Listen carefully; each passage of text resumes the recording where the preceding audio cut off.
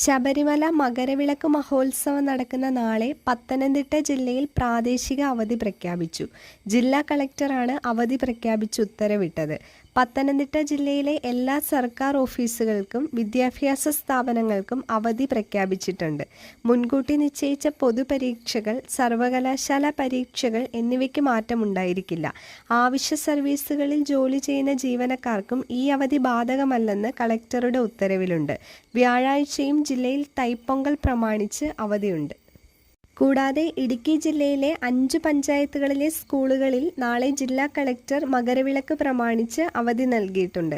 കുമളി, വണ്ടിപ്പെരിയാർ, പീരുമേട്, പെരുവന്താനം, കൊക്കയാർ എന്നീ പഞ്ചായത്തുകളിലാണ് അവധി. മുഴുവൻ വിദ്യാർത്ഥികളും താമസിച്ചു പഠിക്കുന്ന റെസിഡൻഷ്യൽ വിദ്യാഭ്യാസ സ്ഥാപനങ്ങൾക്ക് അവധി ബാധകമായിരിക്കില്ല. മുൻകൂട്ടി നിശ്ചയിച്ച പരീക്ഷകൾക്കും ഇന്റർവ്യൂകൾക്കും മാറ്റമില്ല. ഈ അവധി മൂലം നഷ്ടപ്പെടുന്ന പഠന സമയം ഓൺലൈൻ ക്ലാസുകൾ ഉൾപ്പെടെ നടത്തി ക്രമീകരിക്കുന്നതിന് വിദ്യാഭ്യാസ സ്ഥാപന മേധാവികൾ നടപടി സ്വീകരിക്കേണ്ടതാണെന്നും ജില്ലാ കളക്ടർ അറിയിച്ചു.